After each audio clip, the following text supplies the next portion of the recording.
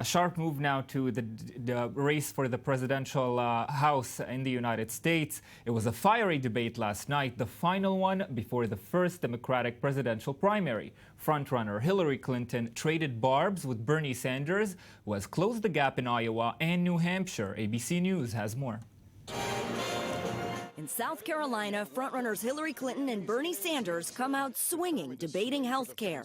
Clinton, a defender of Obama's legacy. I'm not sure whether we're talking about the plan you just introduced tonight or we're talking about the plan you introduced 9 times in the Congress. Sanders says Clinton is lying about his plans for health care. That is nonsense. We're not going to tear up the Affordable Care Act. Clinton again slams Sanders on gun control. He voted to let guns go onto Amtrak. Guns go into national parks. He voted against doing research to figure out how we can save lives. The debate steps away from the Charleston church where a white gunman killed 9 black worshipers in June. Former Governor Martin O'Malley hoping to get an edge on the issue. I'm the one candidate on this stage that actually brought people together to pass comprehensive gun safety legislation. Sanders refused to discuss former President Bill Clinton and his past indiscretions. Yes, his behavior was deplorable. Have I ever once said a word about that issue? No, I have not. I'm going to debate Secretary Clinton and Governor O'Malley on the issues facing the American people, not Bill Clinton's personal behavior. Yes, and I'm joined in studio now by Amir Oren, defense and government analyst for Haaretz Daily. Good evening. Evening, Ayman. And Charles Bibelzer, deputy editor of our news today. Good evening, Charles. Ayman, hello. Well, let's start, gentlemen, first of all, with your impressions from last night's debate. Well, my impression is that it doesn't really matter whether someone wins a specific debate. The Republicans up to now have had 6 debates so far. What does matter is the trend, whether any one candidate has a momentum going into the elections, because voting didn't start yet. These are all public opinion polls and focus groups, people being asked following the debate, well, who won? Those people who answer do not necessarily vote in the primaries of either party. Now, usually only the diehard ideologues respond to such surveys, and of course they matter because they influence the voting in the primary elections. But the whole aim of the exercise is to win the general election come November.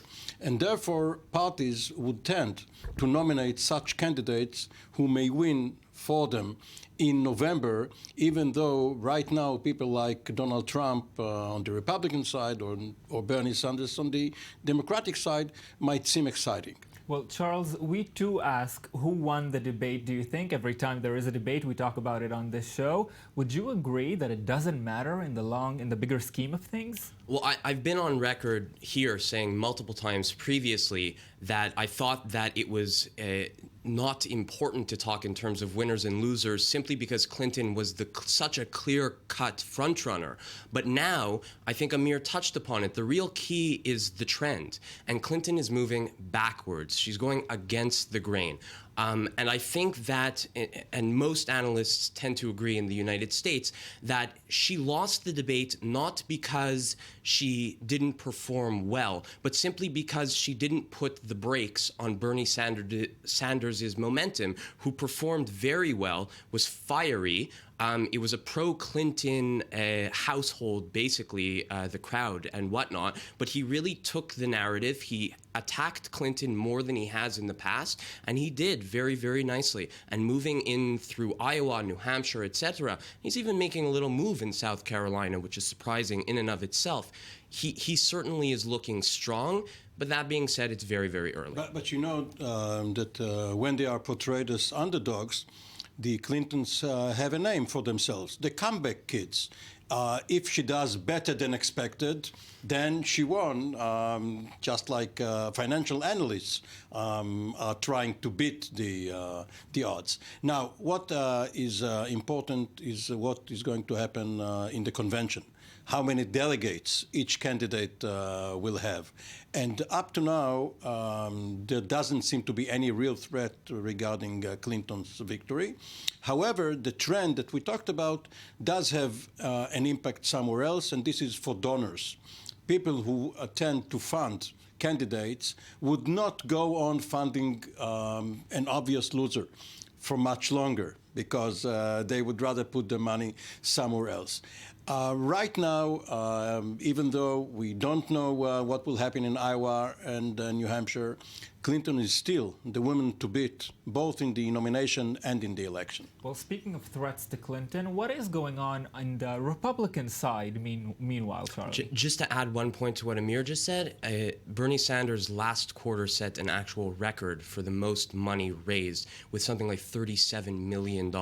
So it's just interesting to note that he is competing and actually ahead of Clinton on that front. On the Republican side of things, the talk of the town remains Donald Trump.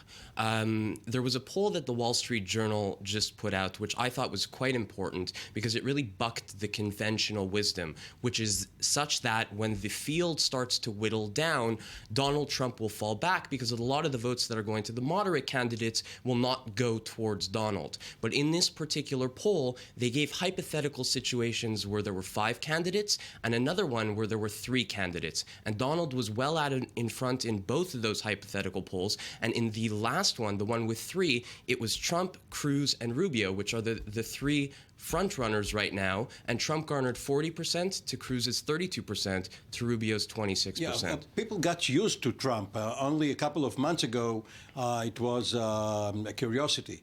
Right now, he's a household name. However, there is a solid block of 1/3 of Republican voters who say that under no circumstances they are going to vote for him. The problem for the Republicans is that if they reject him, he might run as an independent. Now, usually when you have a Goldwater or a McGovern, the other guy wins. What happens if you have a Goldwater versus a McGovern? What happens if you have a Trump versus Sanders here?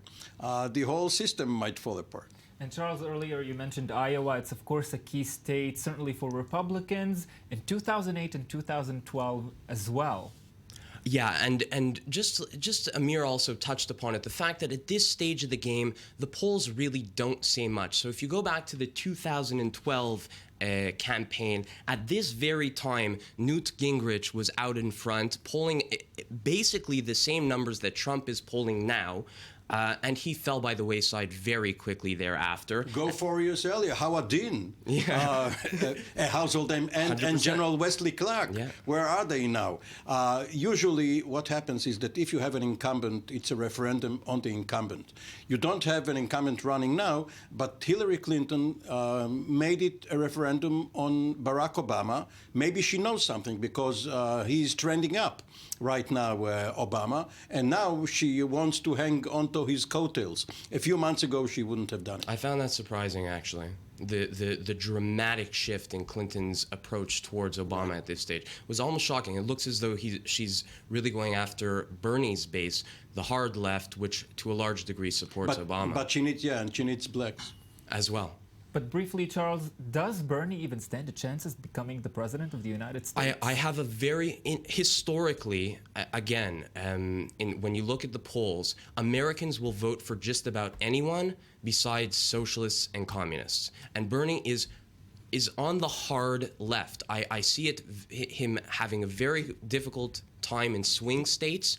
But you never know. Fundamentally, the electorate may have changed. He's an American Jeremy Corbyn, the British Labour leader, and the chance for the Democrats to have another 4 years in the White House under Sanders are nil. I don't see it. Just about anyone except Bernie Sanders. Well, we'll hold you to it, Charles, come the election. I hope so. I want to be held to account. Gentlemen, thank you very much for being with me in this debate. Thank you.